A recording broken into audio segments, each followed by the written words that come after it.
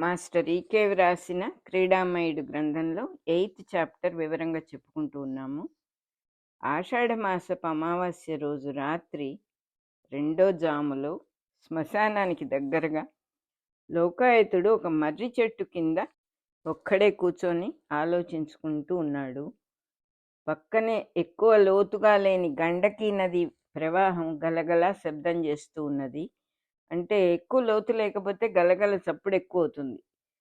అట్లాగే ఏటి గాలులు చీకట్లో శరీరానికి ఒక పుండులాగా తగులుతున్నాయిట. అంటే చలిగా ఉంది. ఆ గాలి వచ్చినప్పుడు శరీరానికి చాలా చలేసినప్పుడు పచ్చి పుండులాగా ఉంటుంది. లోకాయతుడు ఓన్లీ ఒక కాషాయ బట్ట మాత్రం కింద కట్టుకున్నాడు. పైన ఏమీ కప్పుకోలేదు. కానీ ఎంత చలిగాలి వీచినా శరీరంలో వణకటం కానీ ఎక్కడ ఏ చలికి సంబంధించిన ఛాయలు లేవు. కరిగించిన బంగారు రంగులో ఉన్నాడుట మనిషి. శరీరం అట్లా ఉందిట. అట్లా బంగారు రంగులో ఉన్న శరీరం మీద మంచు వర్షంలాగా పడుతూ ఉంటే పాదరసం పడుతున్నట్టుగా ఉన్నదిట. పాదరసం అంటే మరి అందరికీ తెలుసో తెలియదో మెర్క్యూరీ అంటారు. ఇది వరకు థర్మామీటర్లన్నీ మెర్క్యూరీతో ఉండేవి. పగిలినప్పుడు ఆ పాదరసం కింద పడేది. దాన్ని జాగ్రత్తగా ఒక పేపర్లోకో దేంట్లోకో ఎత్తి పెట్టడం అనేది చాలా సరదాగా ఉండేది. చాలా అందంగా ఉంటుంది పాదరసం. అందుకని అలా వర్ణిస్తూ ఉన్నారు ఇక్కడ. వెండిని బంగారాన్ని కరిగించి ఆ పల్చటి కరిగిన దాన్ని ఒక చుక్కలాగా చూస్తే ఎలా ఉంటుందో అలా ఉంటుంది పాదరసం. నేను వర్ణించింది చాలా తక్కువ, ఇంకా అందంగా ఉంటుంది. ఒక మెరుపు ఉంటుంది దాంట్లో. సన్నవిగా పడిపోతాయి. వాటిని అన్నిటినీ ఒక దగ్గరికి చేస్తే అన్నీ కలుస్తాయి. అన్నీ కలిసి ఒక ముద్దగా, చిన్న ముద్దగా, మనకి చిన్న పర్ల్ అంతా ఒక ముత్యంలాగా తెల్లగా ఉంటుందన్నమాట. సో అందుకని అలా వర్ణిస్తూ ఉన్నారు. పాదరసం మీద పడి జారుతున్నట్టుగా ఉంది. ఆయన బంగారు రంగు ఒంటి ఛాయ మీద మంచు బిందువులు పడుతూ ఉంటాయి. పాదరసం పడుతూ ఉన్న బంగారు విగ్రహం లాగా ఉన్నట్టు ఆయన కరెక్ట్గా చెప్తున్నారు. అంటే అంత చలికి కూడా వణకటం కదలటం ఏమీ లేదు. బాగా సాధన చేసిన వాడు కాబట్టి చెల్లించకుండా అలా ఉన్నాడన్నమాట. వేద సంహితలలో మంత్రాలన్నీ కూడా చక్కగా తెలిసినవాడు. ఆయన మనస్సుకి ఇప్పుడు ఎలా ఉందిట, నదీ ప్రవాహం గిరగిర వెళ్ళిపోతుంటే ఒక పురి తిరుగుతున్నట్టుగా ఉన్నదిట. పురి అంటే దేనికన్నా మనం ఒక దారం కానీ ఏదైనా చుట్టాలంటే దాన్ని గిరగిర తిప్పుతాం, టైట్గా చుడతాం. అదేవిధంగా పురి అనేది తాడుని ఒక 4 తాళ్ళు కలిపి ఒకటిగా పేంతారు. గట్టిగా పురివిచ్చకుండా పేంతారనమాట. అంటే టైట్గా ఉంటాయి. అవి ఒకదాంతో ఒకటి కలిసిపోయి 4 తాళ్ళు ఒక తాడైపోతాయి. పురి విచ్చిపోకుండా చివరిలో గట్టిగా ముడివేస్తారు. సో పురివిచ్చిపోకుండా ఉన్నటువంటి నదీ ప్రవాహపు నడకలతో ఉన్న కాలచక్రం ఊహించుకుంటున్నాడు ఆయన. ఆ కాలచక్రం కదురు మధ్యలో ఉంటుంది కదా, ఆ కదురుకి సంవత్సరాలన్నిటినీ కలిపి నూలుపోగులుగా కట్టి చుట్టి పెడితే అవే శతాబ్దాలుగా అవుతాయి. ఆ శతాబ్దాల యజ్ఞోపవీతాల్ని పేనుతూ ఉన్నటువంటి వేద సంహిత మంత్రాల నూలుపోగులుట. ఆ శతాబ్దాల తరబడి అంటే 100ల తరబడి సంవత్సరాల కాలాన్ని ఒక్కొక్క పోగు అనుకుంటే ఆ పోగులన్నిటినీ కలిపిన యజ్ఞోపవీతాలు అంటే జంజము అంటాం మనం. ఆ యజ్ఞోపవీతాల్ని పేనుకుంటూ ఉన్నటువంటి వేద సంహితలే మంత్రాలుగా, అవే నూలుపోగులుగా అతని మనస్సులో. అంటే ఇప్పుడు ఆయన మనసులో ఏమున్నాయి? వేద సంహిత మంత్రాలు ఉన్నాయి. వాటిని సంవత్సరాల తరబడి వాటిని అద్భుతమైన యజ్ఞోపవీతాలుగా పేని గట్టిపడేసినటువంటి కాలచక్రపు కుదురు కనపడుతూ ఉన్నది ఆయనకి.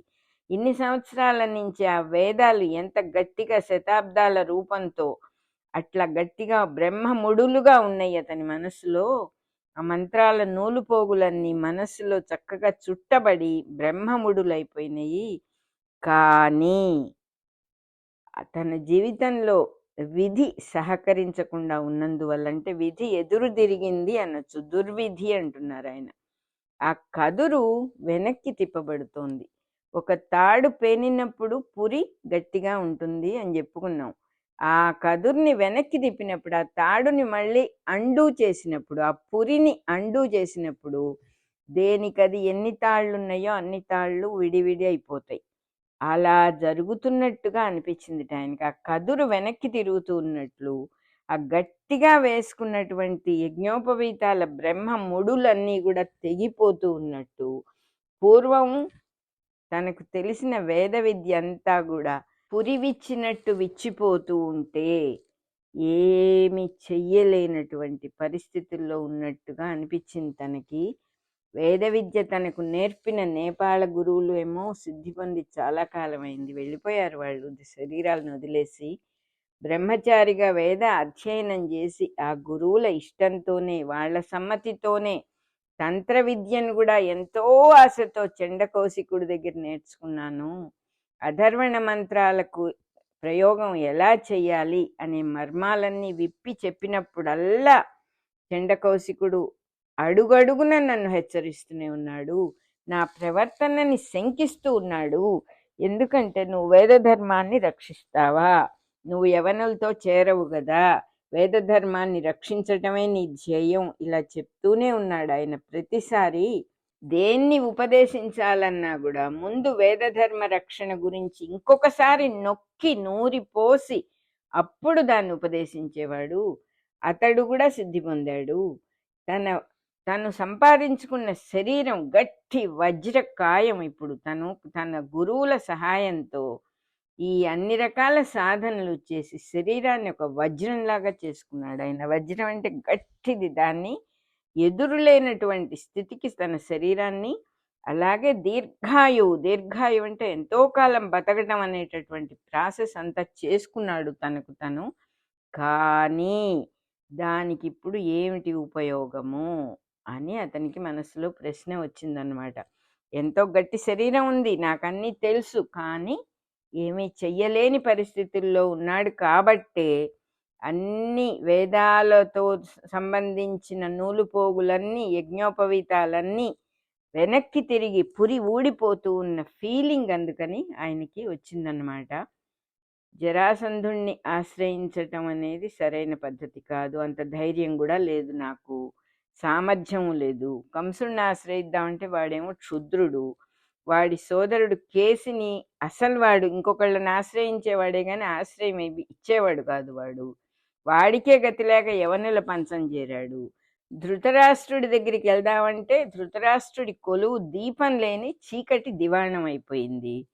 సనాతన ధర్మ దృష్టి మీద పట్టు చిక్కకుండా సుబలుడి అభిమానంతో యవన ధర్మం హస్తినలో వ్యాపిస్తూ ఉన్నది. భీష్ముడు విదురుడు మహానుభావులే గాని ప్రభువులు కాదు, వాళ్ళకి ఏ అధికారాలు లేవు. పాండురాజు ఎంతో శక్తిమంతుడే గాని రాజ్యాన్ని వదిలేసి వెళ్ళిపోయిన వాడు ఏం చేయగలుగుతాడు? రాజ్యాన్ని వదిలేసి శతశృంగంలో ఎక్కడో కాలక్షేపం చేస్తున్నాడు. వసుదేవుడినేమో కంసుడు జైల్లో పెట్టేశాడు, కారాగారంలో పెట్టేశాడు. ఇంకా తను నేర్చుకున్న విద్యలకు ఏమిటి, అసలు ఏం చెయ్యగలను, నాకు ఇంత విద్య తెలిసి, నాకు వజ్రకాయ ఉండి దీర్ఘాయుష్యుండి ఏమిటి ప్రయోజనము అని పాపం ఒక బాధ వచ్చేసింది అతనికి.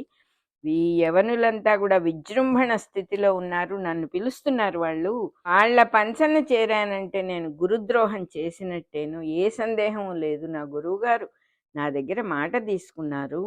యవనులు భారత ధర్మానికి శత్రువులు, వాళ్ళని ఆశ్రయించడం నిశ్చయంగా గురుద్రోహమే. తాంత్రిక శక్తులు గురుద్రోహం చేసిన వాళ్ళకి కాలక్రమంలో ఆత్మనాశనాన్ని కలిగిస్తాయి. అన్ని విషయాలు నాకు తెలుసు కాబట్టి అంత గాఢాంధకారంగా ఉంది. బ్రహ్మావర్తం భవిష్యత్తు కూడా ఈ గండకీ నది ప్రవాహంలాగా ఎగుడు దిగుళ్ళుగా కనిపిస్తుంది, ఒక పద్ధతిగా పోవటం లేదు. అది కూడా ఇష్టం ఉన్నా లేకపోయినా పోనీ యవనుల కొలువుని అంగీకరించి ఒప్పుకొని అక్కడే గుప్తంగా ఎవరికి తెలియకుండా రహస్యంగా వేద ధర్మాన్ని బోధించగలనా, అట్లా ఆలోచన వచ్చింది ఆయనకి. దాన్ని నలుగురికి బాహాటంగా చెప్పకుండా నేను లోపలగా దాన్ని వ్యాప్తి చెయ్యగలనా గురుద్రోహం జరగకుండా అని. కానీ రక్తశర్మ అనేవాడు అక్కడ ఉన్నాడు, వాడు మహాతాంత్రికుడు. అతని అధికారంలో నేను కొలువులో ఉంటే నా సంకల్పాలు అవవు. ఎందుకంటే ఆ రక్తశర్మకి ఇంకొకరి మనస్సుని గమనించే శక్తి ఉన్నవాడనమాట అతను.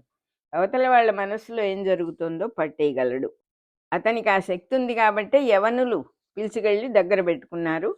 అట్లాంటి శక్తులు వాళ్ళకు ఉపదేశిస్తాడని వాళ్ళకి ఆశ. కానీ అతను ఏమీ చేయకుండా వాళ్ళ దగ్గర చక్కగా అన్ని సౌకర్యాలు అనుభవిస్తూ వాళ్ళని ఊరికే మురిపిస్తూ ఉన్నాడు. నేను యవనుల కొలువులో చేరితే రక్తశర్మ నన్ను పట్టేస్తాడు, జైల్లో పెడతాడు, నన్ను కూడా కారాగారంలో పడేస్తాడు, వాడు నా మనసు గ్రహిస్తాడు, అందువల్ల అది చేయటానికి అవదు, ఏం చెయ్యాలి అనుకుంటున్నాడు. ఇక వేద ధర్మాన్ని నేనేం పరిరక్షణ చేస్తాను, పోని స్వతంత్రంగానే దేశ పర్యటన చేసి శిష్యుల్ని కల్పించుకొని ధర్మరక్షణ చెయ్యొచ్చు అంటే రాజాశ్రయం లేకపోతే అది సాధ్యం కాదు, శిష్యులు ఎవరు రారు, కాదని చెప్పి అలా జరగదు, తప్పకుండా రాజాశ్రయం ఉండాలి అని చండకౌశికులు కూడా చెప్పారు. అంతేకాకుండా తనకి వేద విద్య అంతా తెలిసినా కూడా ఒక పక్క నుంచి ఈ భూత తాంత్రికుడు కాబట్టి శిష్యులు డైరెక్ట్గా ధైర్యంగా రాలేరు, బాహాటంగా రహస్యంగానే వస్తారు. శిష్యులు వచ్చినా కూడా ఆ రహస్యంగా వచ్చే వాళ్ళు ఎప్పుడూ కూడా శ్రద్ధగా ఏది నేర్చుకోరు, వాళ్ళ పబ్బం గడుపుకొని వెళ్ళిపోయే వాళ్ళుగా ఉంటారు. వాళ్ళకి మంచి ప్రవర్తన ఉండదు, నిజాయితీ ఉండదు వాళ్ళకి. తాంత్రిక శక్తుల మీద ఆశపడి వచ్చిన వాళ్ళు 10,000 మంది ఉంటే 1000 మంది కూడా సరైన వాళ్ళు ఉండరు వాళ్ళల్లో. అందువల్ల ఎక్కడ ఏమీ చెయ్యటానికి పాపం ఆయనకి ఎక్కడ ఏమీ దోవ కనబడటం లేదు. ఈ వేదమాత అయిన గాయత్రీదేవిని నమ్ముకుంటే ఇహపరాలు సిద్ధిస్తాయి, ఆయుర్విద్యలతో పాటు యశోబలం, సంఘ ప్రాధాన్యం అన్నీ ఉంటాయి నీకు అని ఎంతో చెప్పారు నాకు గురువులు పూర్వం. కానీ నేను వాళ్ళ మాటల మీద విశ్వాసం కుదరక నమ్మలేదు. యవనుల కొలువు ఇప్పుడు నాకు అయాచితంగా అడగకుండా వస్తుంది, దాన్ని నేను ఒప్పుకున్నానంటే ఆత్మవంచన చేసుకున్నట్టే. నాకు మనసులో ఒక సంకల్పం చేసుకోవటానికి కూడా స్వాతంత్రం లేకపోతే ఆ కొలువు ఇంకా ఆత్మవంచననే చెప్పాలి అని ఇలా రకరకాలుగా ఊహించుకుంటూ కూర్చొని ఉన్నాడు పాపం ఆయన. బాగా చీకటిగా ఉంది, నిశ్శబ్దంగా కూడా ఉంది. అటువంటి నిశ్శబ్దాన్ని చీల్చుకుంటూ ఎక్కడి నుంచో దూరం నుంచి ఒక గుర్రం సకిలించినట్టుగా వినపడింది. శ్మశానంలో నిప్పు కణికల గుడ్డి వెలుగులో, అంటే ఎక్కడొక్కడ శవాలు మండుతూనే ఉంటాయి కాబట్టి ఆ నిప్పు కణికలు కొంచెం ఉంటే కొద్దిగా గుడ్డి వెలుగు అంటారు, కొంచెం వెలుగు. ఆ గుడ్డి వెలుగులో దూరం నుంచి ఒక పెద్ద గుర్రం ఒకటి పరిగెత్తుకుంటూ వచ్చి జూలు విదిలించుకుంటూ తలకాయ ఊపి చెవులు ముందుకు పెట్టి ఈయన ముందు నిలబడింది, లోకాయతుడి ముందు నిలబడిందన్నమాట. లోకాయతుడు లేవనన్నా లేవలేదు, చిరునవ్వు నవ్వుతూ ఇట్లా అన్నాడు, ఒరేయ్ ఎంత మంచి అందమైన గుర్రం రూపం ధరించావురా, భలే చేశావే అన్నాడు. అంటూనే ఆ గుర్రం ముట్టె నిమురుతూ పై పెదవి బట్టి లాగాడు. దాని కింద ఆముదపు గింజ కాస్త జారిపడ్డది. అప్పుడు ఆ గుర్రం కాస్త మాయమైపోయి కేసి వచ్చేసాడు, అంటే నిజస్వరూపం ధరించి కేసి నమస్కరించి నిల్చున్నాడు. లోకాయతుడు అన్నాడు, ఎంత చక్కటి గుర్రం రూపాన్ని ధరించినా నీకు మంత్రోపదేశం చేసేటప్పుడు గాడిద కూసింది, అది ప్రాణ విపత్తని నేను చెప్పాను, జాగ్రత్తగా ఉండు అన్నాడు. కేసు అన్నాడు, గురుత్తమా, నాకు కౌశిక మంత్ర సిద్ధి కూడా వచ్చింది, నేను అన్ని సాధనలు చేశాను, పరీక్ష చేసుకున్నాను నన్ను నేను. బహుళ అష్టమి రోజు రాత్రి గుడ్లగూబను పట్టుకొని దాని కళ్ళ రక్తంతో అంజనం పట్టి పెట్టుకున్నాను. చీకట్లో ఇప్పుడు నేను ఏదైనా చదవగలను, తాళపత్ర గ్రంథాలన్నీ కనబడతాయి నాకు, అక్షరాల పంక్తి కూడా చక్కగా కనిపిస్తుంది, అదే రకంగా రాళ్ల లోపల ఉన్న పొరలన్నీ కనిపిస్తాయి, చెట్ల లోపల భాగాలన్నీ కనిపిస్తున్నాయి, శరీరాల లోపల ఉన్న అన్నీ కనిపిస్తాయి, అంతా ఒక పొరలు పొరలుగా అన్నీ కనిపిస్తాయి, నడుస్తూ ఉంటే భూమి లోపల ఏమున్నాయో అన్నీ కనిపిస్తాయి, గాలిలో ఉన్నట్టుగా కనిపిస్తున్నాయి నాకు. అందుకని ఆ సిద్ధి కూడా అయిపోయింది. ఇంకా మీరు నాకేం చెప్పాలంటే విషాన్ని హరించే మంత్రాలు, విషప్రయోగం ఎవరికన్నా జరిగితే వాళ్ళని బతికించే మంత్రాలు, ఎవరికన్నా విషకీటకాలంటే పాములు తేళ్లు కరిస్తే మందుగా పనికొచ్చే మంత్రాలు, శత్రువుల మీద పాముల్ని తేళ్లను ప్రయోగించటం ఎట్లాగో ఇవి నేర్పిస్తే చాలు నాకు, ఇంత మాత్రం విద్యలుంటే ఈ బ్రహ్మావర్తంలో అన్నీ నా చేతి కింద ఉంటాయి అన్నాడు. అంటూ ఉండంగానే దూరం నుంచి ఆకాశంలో ఒక చుక్కలాగా చీకటిగా ఉన్న చోట ఒక ఎర్రని చుక్క లాంటి వెలుగు కనిపించింది. క్షణాల మీద అది కళ్ళు మిరుమిట్లు గొలుపుతూ రాత్రి కాస్త పగలైపోయినట్టుగా పెద్ద వెలుగైపోయింది. ఇద్దరూ మాట్లాడటం ఆపేసి దాని వంక చూస్తూ ఉన్నారు. అది పెద్దదైపోయి ఇంకా పెద్దదైపోయి మహాజ్వాల రూపంతో వీళ్ళ వైపే వస్తూ ఉన్నది. గజ గజ గజ వణికిపోయాడు కేసి. లోకాయతుడు ఇట్లా అన్నాడు, నువ్వేదో అంతా నా చేతి కిందకి వచ్చేస్తుందన్నావు, ఆగు, కొంచెం పిరికితనం పనికిరాదు. ఎన్ని మహావిద్యలు నేర్చుకున్నా కూడా పిరికివాడెప్పుడు జయించలేడు, అటువంటిది చరిత్రలోనే లేదు. ఆ మహాభూతం మన వైపు వస్తోంది, ఆ జ్వాల అనే మహాభూతం మన వైపు వస్తోందంటే దానికి కారణం నీ భయమే. భయం వల్ల మనం ఆపదలను ఆకర్షించి నెత్తిమీదికి తెచ్చుకుంటాము. ముఖ్యంగా తాంత్రిక విద్యలో వేరే వాళ్ళు ప్రయోగించిన శక్తులు చూసి మనం భయపడితే ఆ భయం వల్ల అవి మనల్ని చంపేస్తాయి. నీచుడా, భయపడబాక, నేను నీ పక్కనే ఉన్నాను కదా, నేను నిశ్చలంగా ఉన్నాను కాబట్టి అది మనల్ని ఏం చెయ్యదు, మనల్ని దాటి వెళ్ళిపోతుంది అని ధైర్యం చెప్పాడు. మహాజ్వాలలతో దిక్కులన్నీ నిండిపోయి ఎర్రగా అయిపోయిందిట ఆకాశం అంతా. గండకీ నది, రాళ్లగుట్టలు, చెట్లు, మంగళంలోని లాజలు అంటే గింజలు కూడా మాడిపోయినాయి. ఎక్కడెక్కడున్న గింజలు కట్టెల మంటల వెలుగులో కనిపించినట్టుగా అన్నిటికీ ఒక రూపాలు వచ్చేసినాయి. ఆకాశ మార్గంలో ఆ మంటల మధ్యలో ఒక పెద్ద గదలాంటి ఆకారంతో మంటలే గదలాంటి ఆకారం ధరించి ఇంతెత్తున లేచి వాళ్ళ తల మీద నుంచి వెళ్ళిపోయినాయిట. మంచు పొరలతో జిల్లుమని తాకుతున్న చలి అంతా ఒక్క క్షణంలో వేసవి ఎండలో సుడి గాలిలాగా మారిపోయిందిట. వెంటనే అది వెళ్ళిపోగానే మళ్ళీ చీకట్లు కమ్ముకున్నాయి. లోకాయతుడు కొన్ని క్షణాలు ధ్యానంలో కళ్ళు మూసుకొని తెరిచి ఇట్లా అన్నాడు, ఇది గదాధరి అనే కృత్య. ఇది జరాసంధుడు అహోరాత్ర దీక్షలో 3 సంవత్సరాలు కష్టపడి దీన్ని సాధించాడు. మొట్టమొదటి ప్రయోగంగా సుబల విద్యాపీఠం మీద ప్రయోగించాడు. ఆయన సంకల్పం గనక ఫలించిందంటే, అంటే జరాసంధుడు అనుకున్నది అయిందంటే ఇక యవన విద్యాపీఠం ఉండదు. ఈ గద కనుక వెళ్ళి ఆ యవన విద్యాపీఠాన్ని తాకిందంటే ఇంకా మొత్తం అదున్న చోట ఒక మైలు లోతున గుంట ఏర్పడిపోతుంది. ఆ పరిసరాలన్నీ కూడా దగ్ధమై మండిపోతాయి.